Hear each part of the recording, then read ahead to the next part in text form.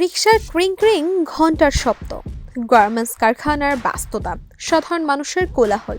এই মানুষগুলোর বুকের ভেতর যে নায়কটি একদিন স্বপ্ন হয়ে উঠেছিল, তিনি আজ ঢালিউডের এক ছত্র বাদশাহ শাকিব খান।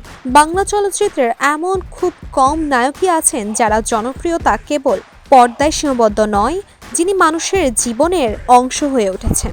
শাকিব খান ঠিক তেমনই একজন। একসময় রিকশাওয়ালা, গার্মেন্টস শ্রমিক, খেটে খাওয়া মানুষের মুখে মুখে ফিরত তার নাম। আজ তিনি কোটি দর্শকের হৃদয়ের রাজা।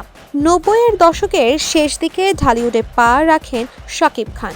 শুরুটা ছিল সংগ্রামের, ছোট চরিত্র, সীমিত সুযোগ, অবহেলা। কিন্তু থেমে যাননি। ধীরে ধীরে নিজেকে প্রমাণ করেছেন অভিনয়, সংলাপ আর স্ক্রিন প্রেজেন্স দিয়ে। একের পর এক হিট সিনেমায় তাকে পৌঁছে দেয় জনপ্রিয়তার শীর্ষে। শাকিব খান মানেই ছিল দর্শকদের জন্য উৎসব। ঈদ মানেই শাকিব খান, সিনেমা হল মানেই উপচে পড়া ভিড়। বিশেষ করে শ্রমজীবী মানুষের কাছে তিনি ছিলেন নিজেদের নায়ক, যিনি পর্দায় লড়েছেন, প্রেম করেছেন, প্রতিবাদ করেছেন ঠিক তাদের মতো করেই। সময়ের সঙ্গে বদলেছে ঢালিউড, বদলেছেন শাকিব খানও।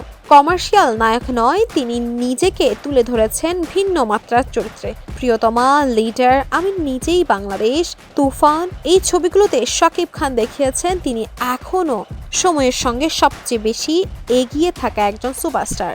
দেশ ছাড়িয়ে তার জনপ্রিয়তা ছড়িয়েছে বিদেশেও। প্রবাসী বাঙালিদের কাছে শাকিব খান মানেই দেশের গন্ধ, দেশের সিনেমা। তার ছবি মুক্তি মানেই রেকর্ড, আলোচনা আর উন্মাদনা। আজ শাকিব খান কেবল একজন অভিনেতা নন, তিনি একটি ব্র্যান্ড, একটি অধ্যায়, ঢালিউডের ইতিহাসে অবিচ্ছেদ্য অংশ।